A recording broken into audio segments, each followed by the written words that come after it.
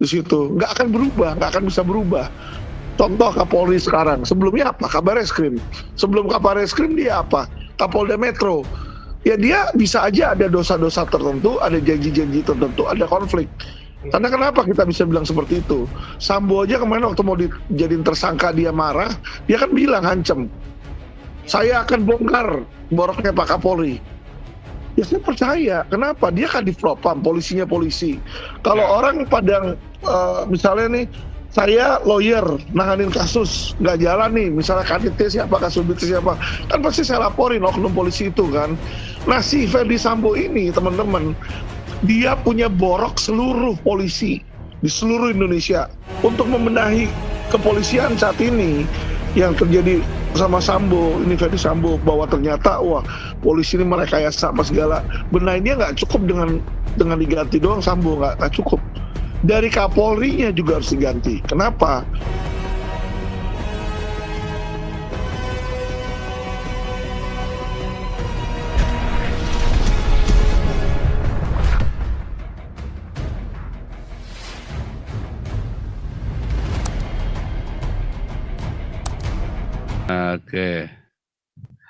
Oke, nah anyway, harusnya kemarin yang ngurusin MKC sama Pak Darman ini Pak Alvin Lim ya, kok malah si kamar mandi bau itu ya. Waduh, akhirnya malah 10 tahun tuh si KC kan gara-gara si kamar mandi itu. Nah, ini mana tadi Pak Alvinnya sebentar. Ini lepas dari ini ya, pinnya lepas tadi. Sebentar saya pin lagi.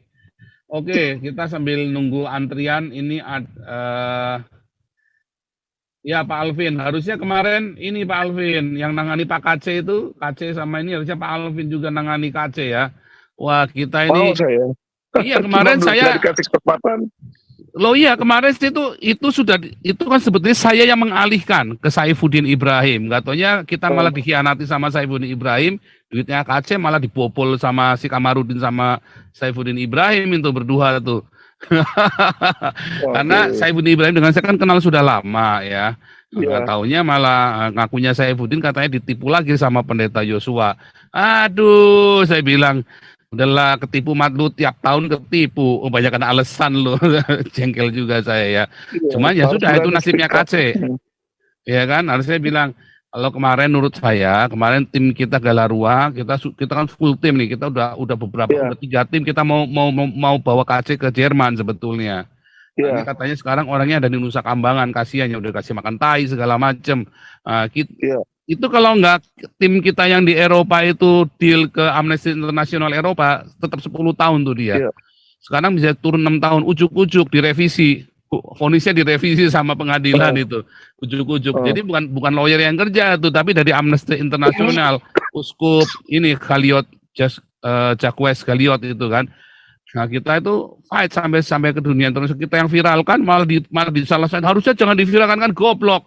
Lawan pemerintah, ini kita lawan orang gede semua, lawan mafia-mafia, kita pakai media sosial malah ketakutan si lawyer kan goblok ini.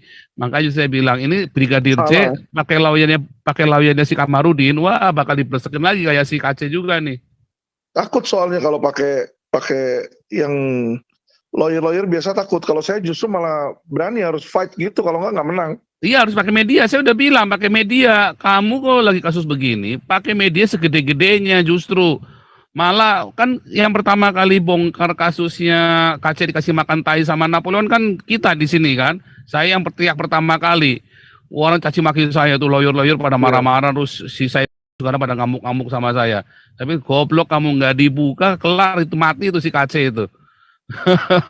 Tapi sebentar, ini banyak yang pengen mengenal. Ini kita belum masuk ke Irjen Sambonya dulu ya. Ini sudah 2.500 nih. Tapi tadi karena sempat internetnya down, biasa ya kalau lagi seru begini topik-topik panas pasti ada yang ganggu. Biasa itu ya. Oke, ini Andi USA Amerika. Good morning, Babi Halal. Oke, ini mesti pasang video katanya kalau ada tamu, menghormati tamu.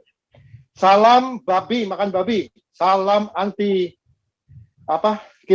anti jilbab. Anyway, selamat datang Pak Alvin. Anti poligami, Pak. Anti poligami juga. Pokoknya anti pentolan korek deh. Anyway, salam kenal, welcome to our gang. Anyway, saya dengar tadi Pak Alvin dari Berkeley ya. Saya tetangganya Pak, saya di Silicon Valley. So welcome. Oh, Thank you. okay. Thank you Thank you. for joining in. Ini kita gebrek-gebrek kayak orang gila kata mereka, ya kan? Nah, terus saya kira-kira lebih sebulan setengah yang lalu saya lihat you punya case di YouTube yang penjemputan paksa tuh. You kan schedule-nya trial on Monday, tapi dijemput paksa seminggu sebelumnya. Gue bilang ini orang gila. Dan Anda berani sekali di pengadilan gebrak-gebrak jaksanya juga hakimnya. Itu saya salut. Terus langsung saya bilang sama Pak Paul ini orang harus diundang. Ini soalnya ini kelihatannya sih seperti saudara kembar Anda di modelnya sama gitu, bulat-bulat gitu ya. Anyway, jadi saya ini kalau ngomong mengenai hukum, saya bukan cuma ngomong, saya udah ngalami di Indonesia. Saya lagi di Surabaya, dipinjemin nama teman mobil baru ya Avanza, ditabrak dari belakang jeter. Nah ini cewek nggak ada SIM, nggak ada BPK, nggak ada SIM, nggak ada ini ya STNK. Diputar. Saya sempat berantem sama polisinya. Saya bilang dia nggak ada apa-apa. Kita dari Amerika kalau nabrak dari belakang itu automatic at fault kan. Jadi saya bilang, kalau dia nggak ada duit, nggak ada SIM, nggak ada surat, ya itu mobilnya tahan aja. Terus dia bilang, kalau saya nahan mobil dia, mobil Bapak juga saya tahan. Lah kan gendeng tak Pak? Oh ya sayang ditabrak kok malah saya mau ditahan. Nah itu jadi sejak kejadian itu rencana kita bubar. Rencana saya sama istri kan pengennya pensiun di Surabaya ya, kita beli apartemen gitu. Udah bubar deh kalau kasusnya begini.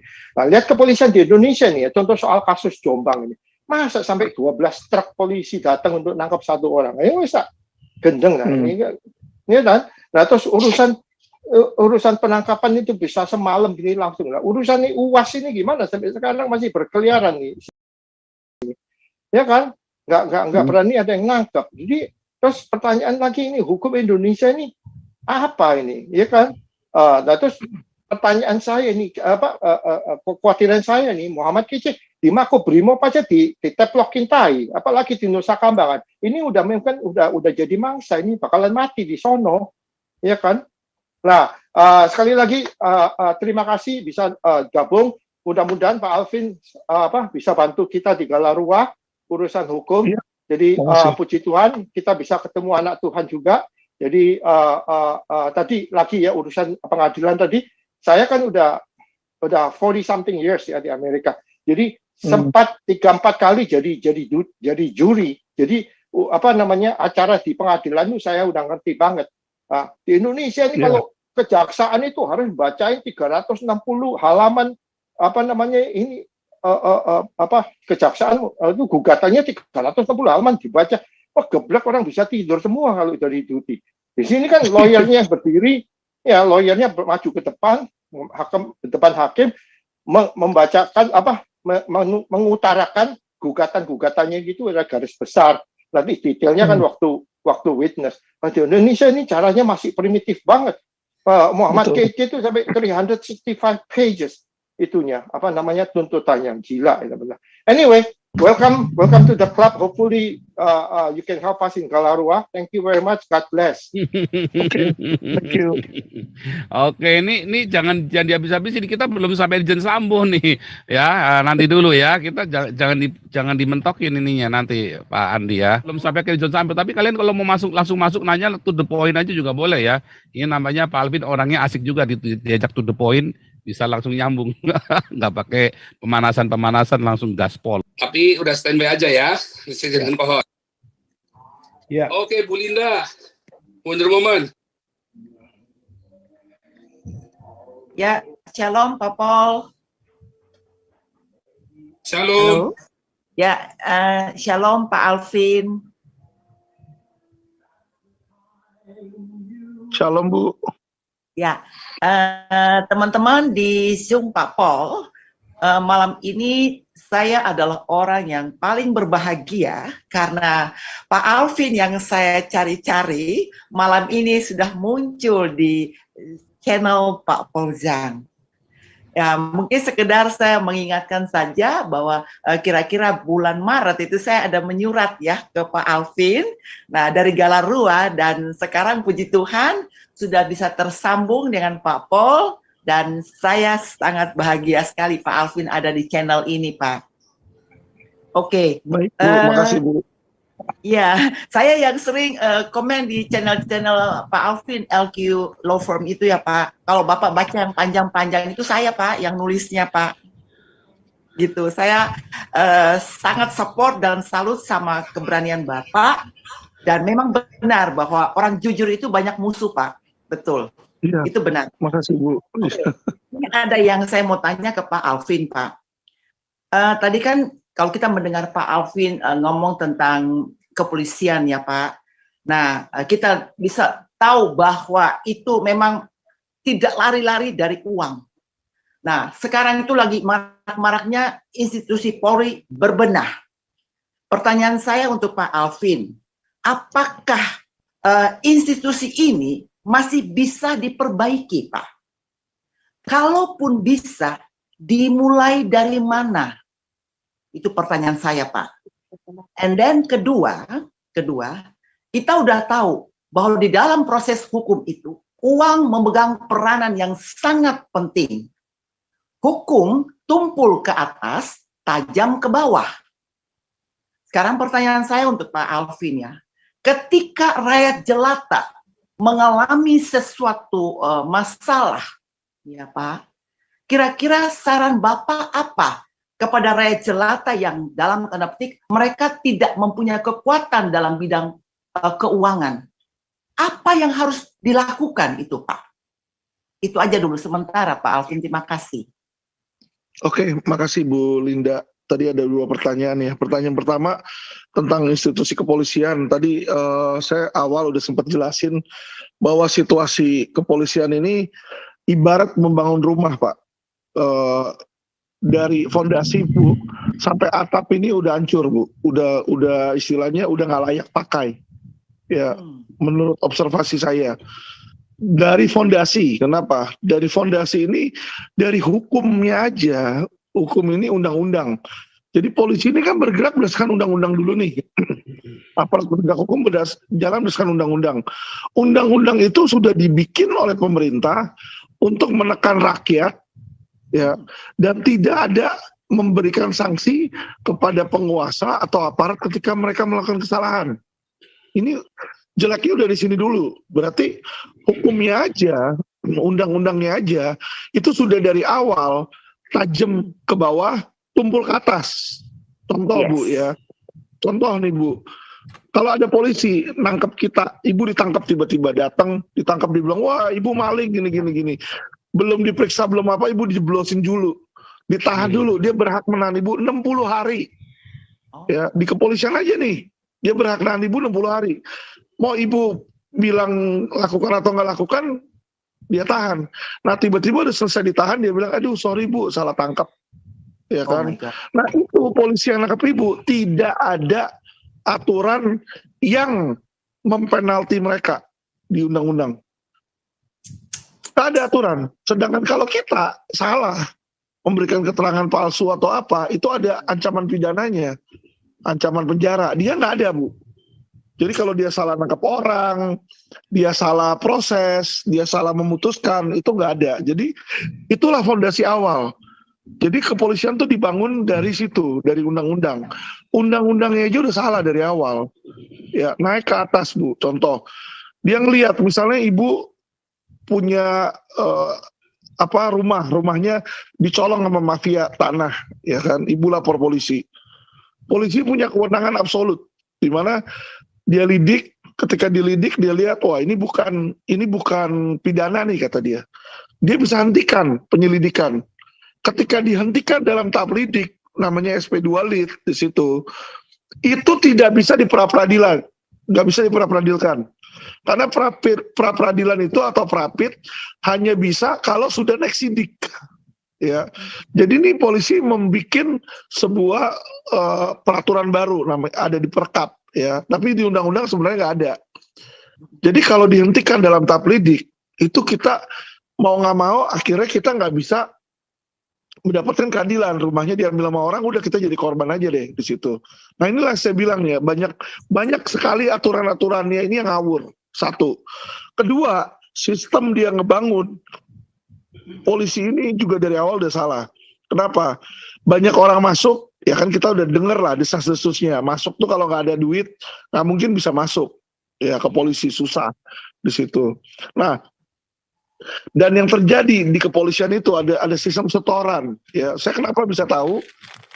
Ini dari pengakuan polisi-polisi sendiri yang ngomong sama saya, Pak Alvin, kita minta Pak, kalau enggak kita nggak ada karena untuk penyidikan nih kita cuma 3 juta. Kita manggil belum ngeprint belum apa, uangnya dari mana? Akhirnya dia minta sama siapa? Sama korban nanti. Atau kalau ada punya lawyer, minta sama lawyernya kan di situ. Inilah mulai budaya korup itu ada, Bu. Ya kan, jadi sistemnya itu dari undang-undangnya, pelaksanaannya, ya kan, bahkan dia pun kalau mau naik jabatan apa segala macam, infonya juga harus ada setoran. Ya, belum lagi ada nih kita baru terbongkar semacam kayak Satgasus. Ternyata Satgasus itu ada, tidak ada anggaran dan desas-desusnya mereka menerima dari judi online dan lain-lain di situ. Karena disinilah kita udah melihat apa jadinya aparat penegak hukum kalau aparat penegak hukumnya itu ternyata maling. Ya susah. Ibu punya rumah. Kita sewa satpam. Satpamnya bukan jagain rumah kita, malah satpamnya setiap kali ibu nggak ada, rumah ibu dirampok. Nanti TV-nya hilang, besok perhiasannya hilang, besok sepeda motor hilang. Ya kita bukan sewa satpam. Nah inilah yang terjadi dengan polisi Indonesia. Yang seharusnya tugas mereka melindungi, menjaga, mengayomi. Itu pasal 2 Undang-Undang nomor 2 tahun 2002 bilang polisi itu tugasnya melindungi, mengayomi, ya kan, melayani masyarakat. Pelayanan apa di masyarakat? Saya kadang bikin LP aja dipersulit, nggak ada duit, nggak bisa jalan, ya kan. Di Mabes saya sampai harus berantem awal-awal tuh. Penyidikan kita nggak kasih duit, nggak disidik sama dia, nggak jalan-jalan, ya. Jadi pelayanan itu tidak ada. Yang ada itu duit. Kamu kasih duit, saya jalanin. Nah, ini yang terjadi. Nah, sehingga dengan adanya ini kondisi sekarang. Nah, pertanyaan Ibu gimana untuk membenahinya? Benahinya pasti dari atasan dulu, Bu. Selalu. Ya. Jadi, saya sudah gembar-gemborin di TV, di koran. Di koran saya masukin baru 2 hari yang lalu, kalau lihat saya punya berita, kalau di googling, saya baru naikin berita di Berita Jatim situ. Saya bilang, untuk membenahi kepolisian saat ini yang terjadi sama Sambo, ini Ferdi Sambo, bahwa ternyata wah polisi ini merekayasa apa segala, benahinya nggak cukup dengan diganti doang Sambo, nggak cukup. Dari Kapolri-nya juga harus diganti. Kenapa? Kapolri itu nggak bisa dari orang dari kepolisian, karena dia kalau dari kepolisian dia dari bawah. Bayanginlah Bu, Ibu punya anak, ini contoh nih, Ibu punya anak yang dari kecil Ibu perlakukan dia tuh dengan tangan emas, ya kan? Jadi kasar ngomong mandi aja dia nggak pernah mandi sendiri, dicebokin pembantu, apa semua dilapin, semua nggak pernah lakukan apa-apa sendiri. Tiba-tiba Ibu mau suruh dia ke Indonesia sendiri dari Amerika misalnya, atau mau dikirim ke Prancis sendiri, pasti kan Ibu takut dong, ini mana bisa ini anak kan gitu. Nah sama. Polisi itu kalau dia dari kepolisian dari awal, dari kecil sampai dia dewasa gede, udah koruptif. Cara pikirannya itu udah tercemar. Jadi percuma Bu di situ, nggak akan berubah, nggak akan bisa berubah. Contoh Kapolri sekarang, sebelumnya apa? Kabareskrim. Sebelum Kabareskrim dia apa? Kapolda Metro. Ya dia bisa aja ada dosa-dosa tertentu, ada janji-janji tertentu, ada konflik. Karena kenapa kita bisa bilang seperti itu? Sambo aja kemarin waktu mau dijadiin tersangka dia marah, dia kan bilang hancem. Saya akan bongkar boroknya Pak Kapolri. Ya saya percaya. Kenapa? Dia kan di propam, polisinya polisi. Kalau orang pada misalnya nih, saya lawyer nanganin kasus nggak jalan nih, misalnya kanitnya siapa, kasus siapa, kan pasti saya laporin oknum polisi itu kan. Nah si Ferdi Sambo ini teman-teman, dia punya borok seluruh polisi di seluruh Indonesia. Jadi mau itu levelnya kopral, mau levelnya kapten, mau levelnya AKBP, kombes, itu semua dia ada. borok-boroknya dia ada semua, ya kan. Jadi orang juga nggak berani, karena kenapa? Kapolri sebelum Kapolri pun juga dia jabatan kombes, ya jabatan AKBP di situ kan. Dan dia dulunya juga pasti pernah ada kesalahan, ya karena borok-borok itulah disimpan di Kadifropam, ngerti ya. Jadi kalau mereka dari kepolisian akan sulit. Contoh Novel Baswedan, ya kan. Orang bilang Novel bagus katanya di KPK.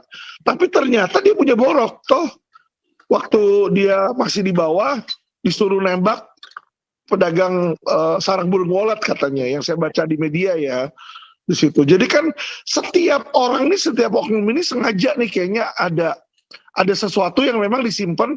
Kalau sampai suatu saat engkau berkhianat kepada institusi, ya kan, saya hancurin kau gitu loh. Jadi contoh kayak Susno itu kan tadinya juga mau membangkang, ya kan, dia mau ngelawan di situ, nggak bisa kan dengan cepat langsung dibongkar korupsi seolah-olah di Polda Jabar waktu itu, pemilihan atau apa tuh, jebret langsung kena, akhirnya langsung dikeluarin, dihentikan.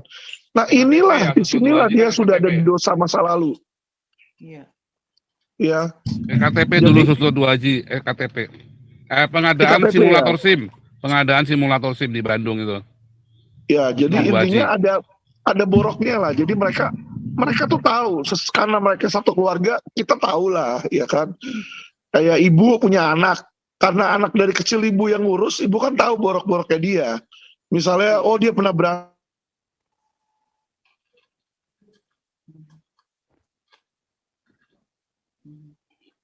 Hilang suaranya, Mbak. Pak Alvin ke ini, ke Jeddah ini. Dari kepolisian, dari dalam Kapolri, nggak akan berhasil, teman-teman. Nggak akan berhasil. Nggak akan. Karena kenapa? Dia lihat ke sini, ini kan dulu ada kebersamaan, ada konflik kepentingan. Kayak contoh Sambo sama sama Fadil kan, peluk-peluk kenapa? Itu kan udah nunjukin ke Kode keras itu.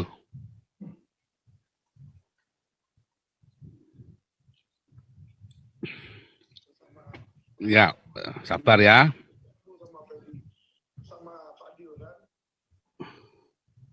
Sebentar. Ini Pak Alvin nih ada kesabet Jibril ini. Pak Santi Amer. Jadi kayak kabar reskrim itu nggak bisa dari kepolisian. Kadifropam itu harus dari luar semua tuh. Kalau memang benar-benar mau berbenah ya, kalau mau benar-benar mau berbenah gitu. Karena kalau nggak akan sulit, ya kan. Nah itu pertanyaan pertama. Pertanyaan kedua tadi Ibu adalah bagaimana orang rakyat jelata mau memperoleh keadilan. Saya bilang orang ini bisa mendapatkan, kita nggak ngomong masalah keadilan ya, untuk memenangkan kasus. Jadi kalau misalnya yang namanya lawyer untuk memenangkan kasus, terlepas dari kliennya itu benar atau salah, itu yang tadi saya bilang, harus salah satu dari tiga itu dia harus punya. Apakah dia kekuasaan, dekat sama penguasa, misalnya dekat sama Presiden Jokowi atau Mahfud, ya kan, nanti Mahfud yang teleponin atau gimana, itu masih berlaku di Indonesia. Waduh. Ya, jadi ada kasus saya waktu itu nanganin kliennya ternyata kenal sama misalnya bintang 3 teleponin tuh, siap dan dibantu situ. Jadi pertama kekuasaan, kedua yang punya duit. Kalau punya duit dia nyogok biasanya, ya kan, nyogok, nyuap. Nah kalau nyuap biasanya mereka pakai tipe lawyer lain, lawyer bodong lah, yang ijazahnya palsu lah. Itu jadi Markus yang datang ke sana, ya itu. Dan yang ketiga ya secara media yang LQ pakai, karena rakyat jelata, contoh Brigadir J juga rakyat jelata, ya kan. Tadinya mau dibilang dia melecehkan kan, bahkan nggak diakui untuk upacara kehormatan, di kuburnya aja nggak mau dihormati di situ. Nah tapi karena viral masuk ke media, di situ nggak bisa di stop. Jadi kalau untuk rakyat jelata, Bu, untuk mendapatkan keadilan cuma satu resepnya, harus bisa viral kasusnya. Ya. Itu. Terima kasih banyak Pak Alvin. Luar biasa. Ya, Tadi sama-sama, Ibu Linda ini adalah bendahara Galarua ya. Beliau itu yang ngotot nyari Pak Alvin, bantu saya nyari Pak Alvin ya. Dari 3 bulan yang lalu, dari Maret itu kalau nggak salah ya. Betul. Cari Pak, udah 5 bulan yang lalu, buset, aduh. Padahal orangnya nongol tiap hari, kita nyarinya, nongol tiap hari di berita, kita nyarinya setengah mati. Akhirnya. Nah ini sekarang, ini ya, Iya. Ibu Ketua nih, Lisoy. Ibu Lisoy nih, Ketua Galarua nih.